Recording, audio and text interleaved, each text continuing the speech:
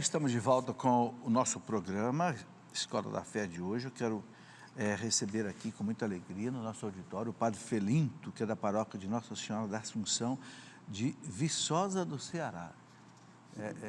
Sejam bem-vindos. No final, vou pedir ao Padre Felinto para vir aqui, para nos dar a bênção no final do programa, como a gente sempre faz, né?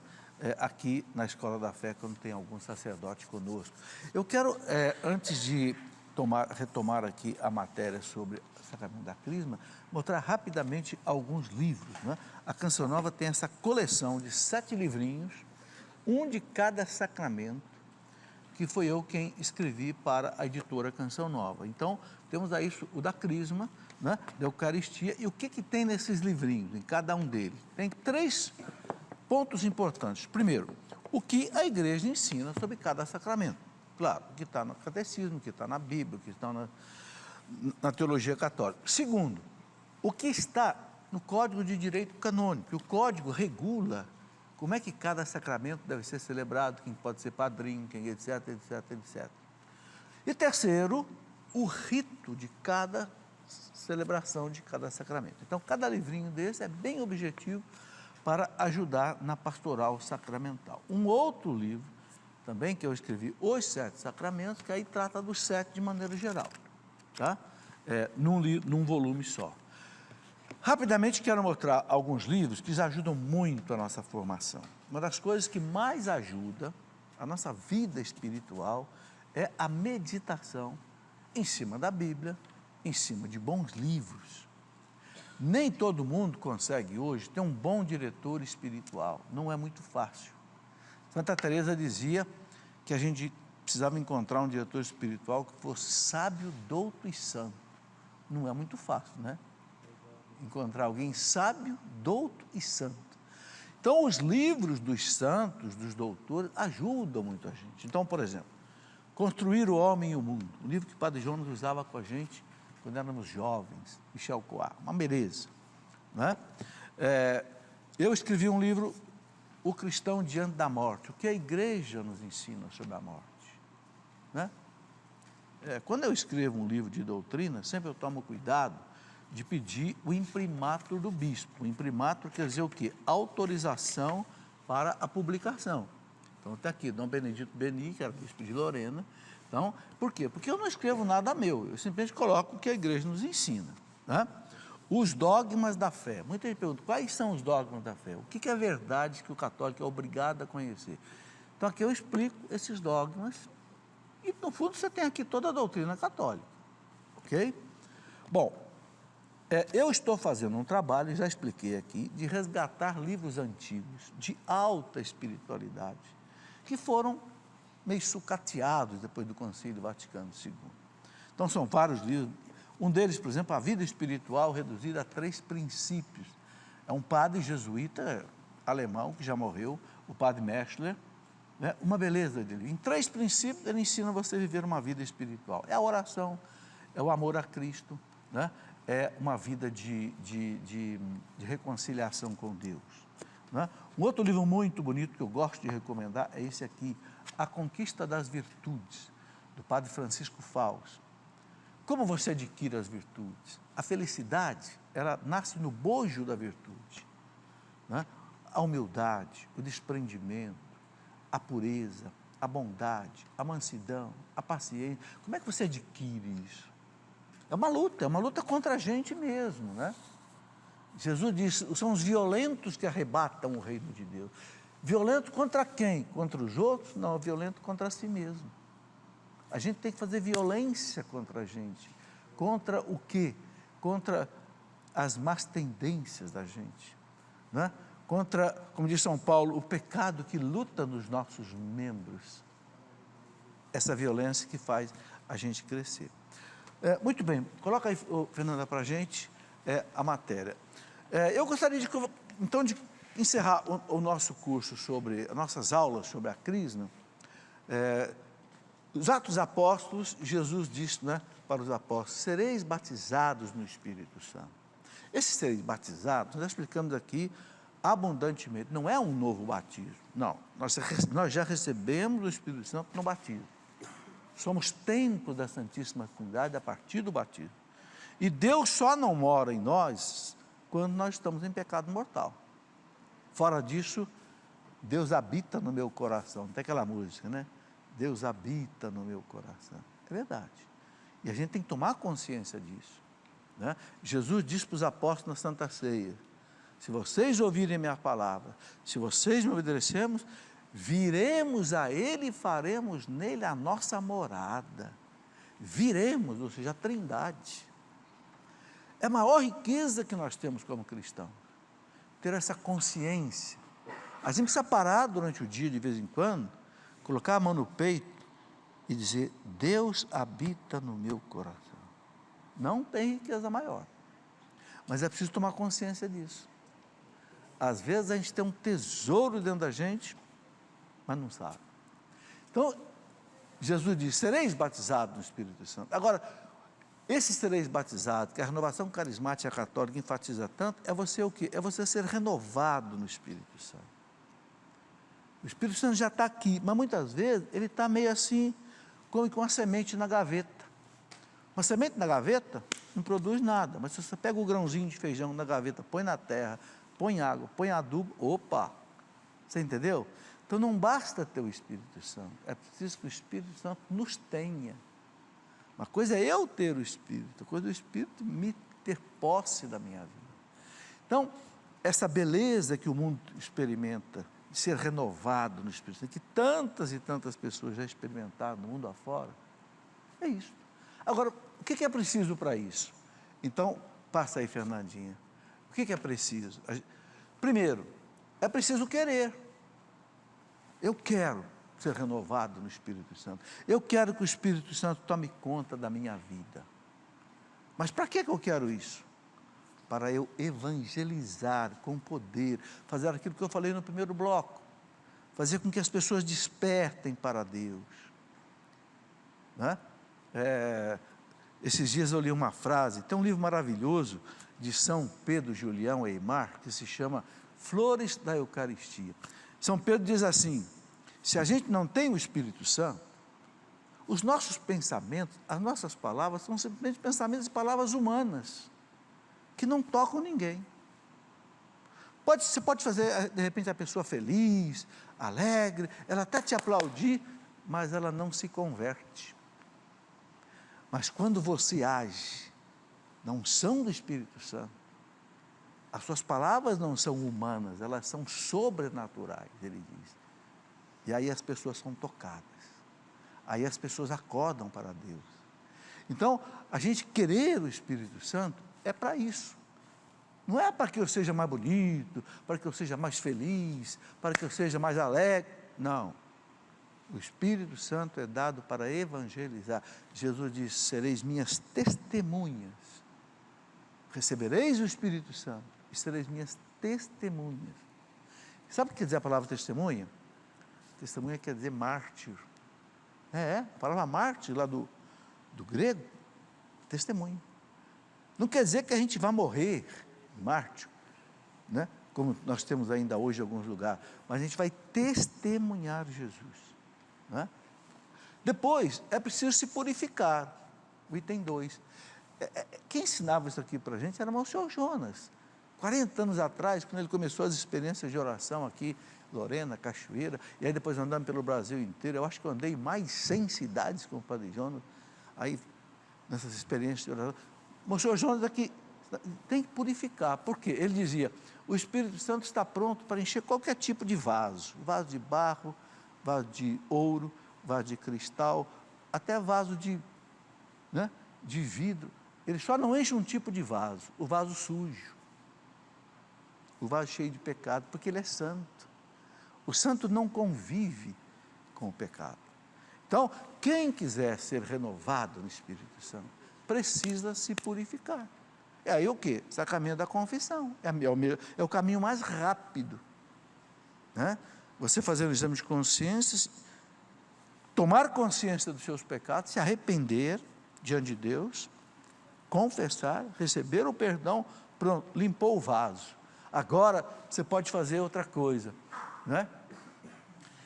Aqui não é fazer a bondade de Deus, aqui é fazer a vontade de Deus. Saiu um B aqui, mas na verdade é V. a gente recebe o Espírito Santo, aí pede, né? Lá em Lucas 11, 9 e 13, Jesus diz assim, quando o filho pede um pão, o pai não vai dar pedra. Quando o filho pede um peixe, o pai não vai dar uma serpente. Quando o filho pede um ovo, o pai não vai dar um escorpião. Né? E Jesus diz, ora, se vocês que são pecadores, homens imperfeitos, né, sabem dar coisas boas para os seus filhos, o filho pede pão, você dá pão, pede peixe, você dá peixe, pede ovo, você dá ovo. Quanto mais o Pai do céu vai dar o Espírito Santo àqueles que o pedirem. Notem isso, Lucas 11, ele manda pedir. Por isso que a gente conta sempre, vinde Espírito Santo. Né? Bonito, o Padre Gomes ensinou aquela oração, né? Vinde Espírito Santo, pelo poder do Imaculado Coração de Maria, vossa amadíssima esposa. Fizeram até uma música, né? Bonito. Por quê? Porque Nossa Senhora no cenáculo, ela foi aquela que invocou naquela novena de Pentecostes, antes do Espírito Santo chegar. Foi uma novena, né? Porque Jesus subiu ao céu, 40 dias, no 50º dia, ou seja, no Pentecostes, 9 dias depois, o Espírito Santo desceu. Os apóstolos ficaram numa novena. Por isso que a gente faz a novena de Pentecostes. E quem é que estava ali chamando o Espírito Santo, invocando o Espírito Santo? Nossa Senhora, a sua amadíssima esposa. A igreja diz que Nossa Senhora é a esposa mística do Espírito Santo, porque ela concebeu Jesus pelo poder do Espírito Santo. Então é uma esposa mística. E ela estava no cenáculo. Então é muito importante, quando pediu o Espírito Santo, pela intercessão de Nossa Senhora, vossa amadíssima esposa. Então, Paulo VI dizia, a primeira oração do dia deve ser essa, vinde Espírito Santo. Gente, quantas obras maravilhosas nós estamos vendo na igreja, quantas comunidades maravilhosas nós estamos vendo, que nasceram desse princípio. Canção Nova, Shalom, Pantocrator, Obra de Maria, nossa, são mais de 500 no Brasil. Que coisa maravilhosa. É o Espírito Santo fazendo, né? Bom, depois então, a gente recebe para fazer a vontade de Deus. Ó, João 4, 32 e 34, aquela passagem da samaritana. Jesus chega mais ou menos ao meio-dia no poço de Sicar. Sicar era uma cidade da Samaria, cidade dos samaritanos, não era cidade de judeus. Vocês sabem que na Terra Santa, no ano 723 a.C., né, as 10 tribos de Israel ali, que viviam, tinham a sua sede na Samaria, foram levadas para o exílio, lá da Síria, pelo rei Assurbanípal. E vieram para a Samaria os pagãos. Então ficou a Galileia com judeus, ficou um pouco também de pagãos, a Samaria, e a Judéia ficou com os judeus. Por isso que os judeus não gostavam dos samaritanos, porque vocês não são judeus, vocês vieram, né? Os judeus foram embora para o exílio e vocês vieram ocupar aqui, e os judeus não conversavam com os samaritanos. Mas havia ali o poço de Jacó, que era importantíssimo, e Jesus chega na cidade de Sicar, no poço de Jacó, encontra aquela mulher, a samaritana. Era a hora do almoço, né? E os apóstolos perguntaram para ele, Senhor, o senhor não vai comer alguma coisa? A resposta de Jesus é contundente. Eu tenho um alimento que vocês não conhecem.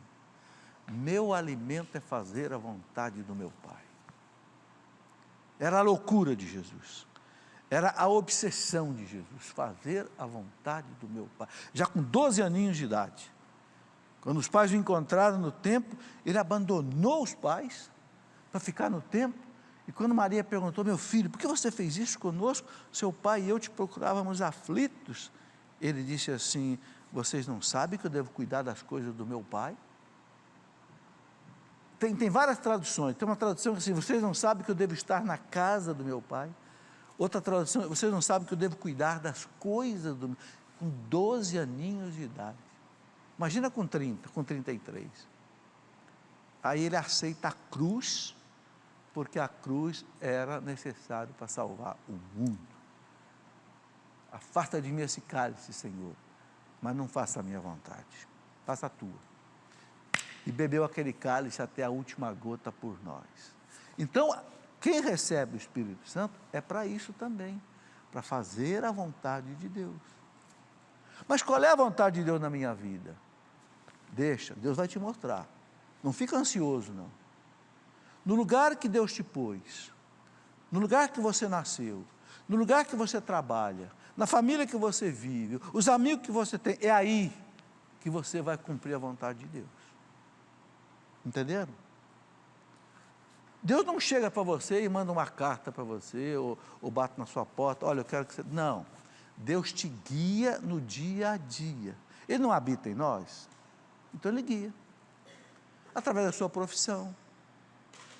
Por que eu, por exemplo, estou aqui pregando? Eu sempre fui professor, a vida inteira eu dei aula, então eu aprendi a falar, aprendi a explicar. Hoje não dou mais aula de física, nem de mecânica, nem de eletromagnetismo, hoje eu dou aula de teologia, de religião. Então Deus usa, São Paulo diz, é Deus que nos capacita, e é Ele que opera em nós o querer e o fazer. Ele opera em nós o querer e o fazer. Não sou eu que opero em mim o que eu quero fazer para Deus. Não, é Deus que opera. Aí é preciso uma coisa muito importante. Aí é preciso você ter intimidade com Deus, para você sentir para onde Deus te leva.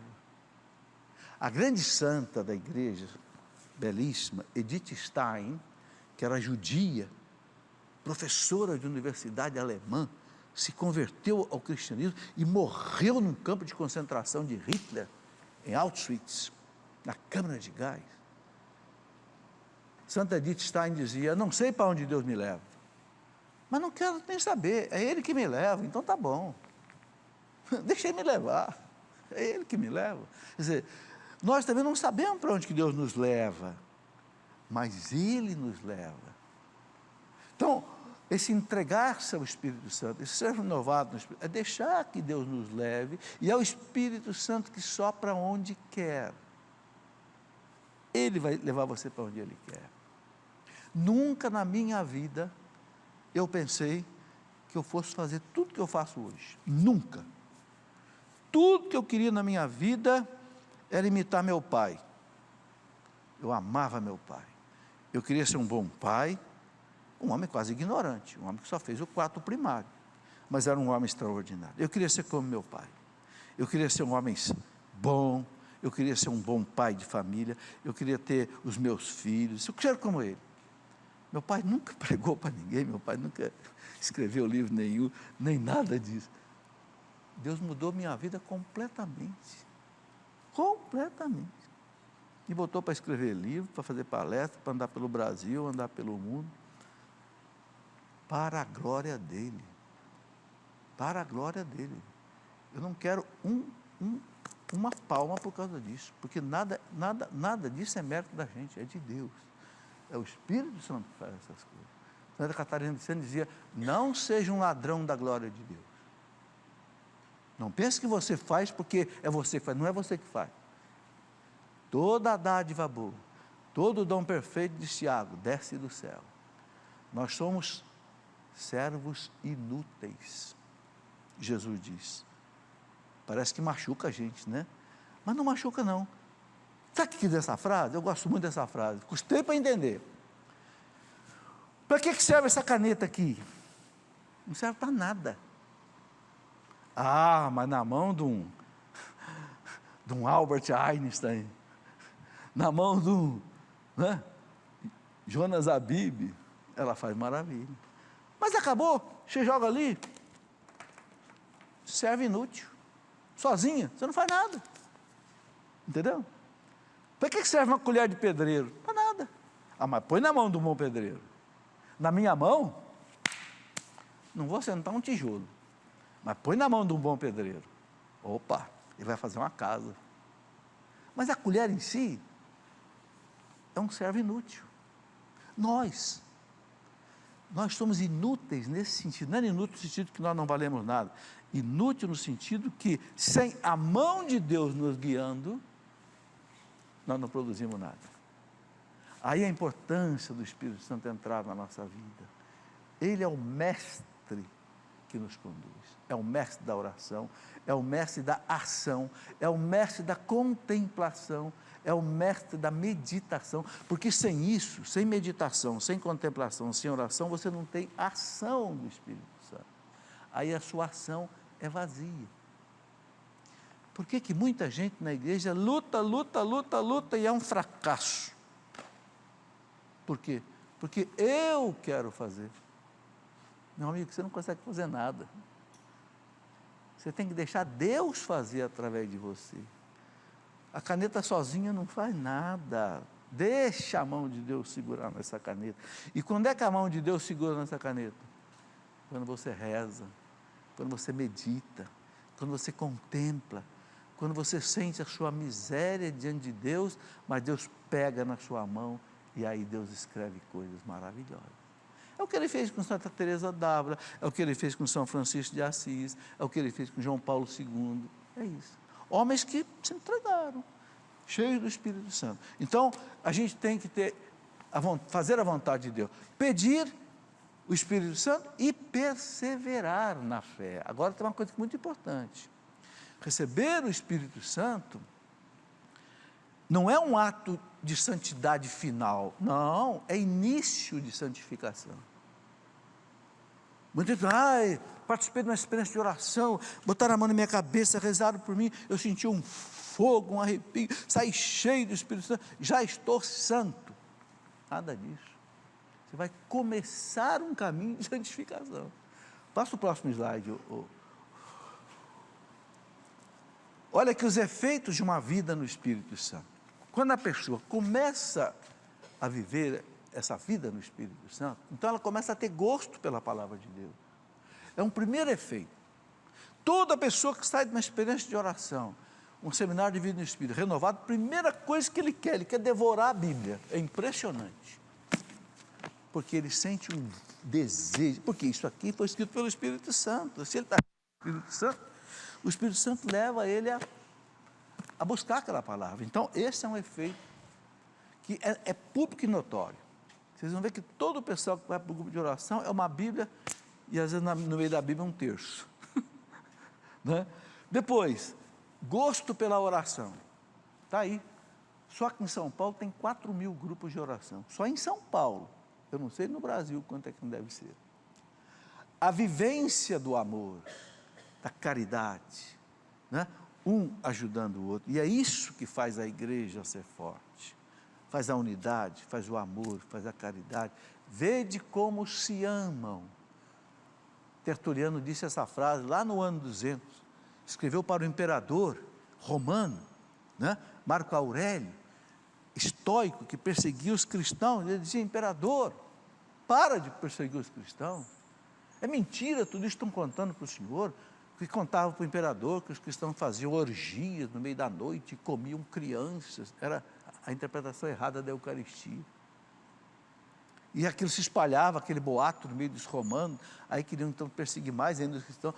Então Tertuliano, que era um advogado de Cartago, um homem de Deus, escreveu para o imperador, o seu apologético, e diz, imperador, não acredite em nada disso, veja como eles se amam, entre eles não há necessitados, né?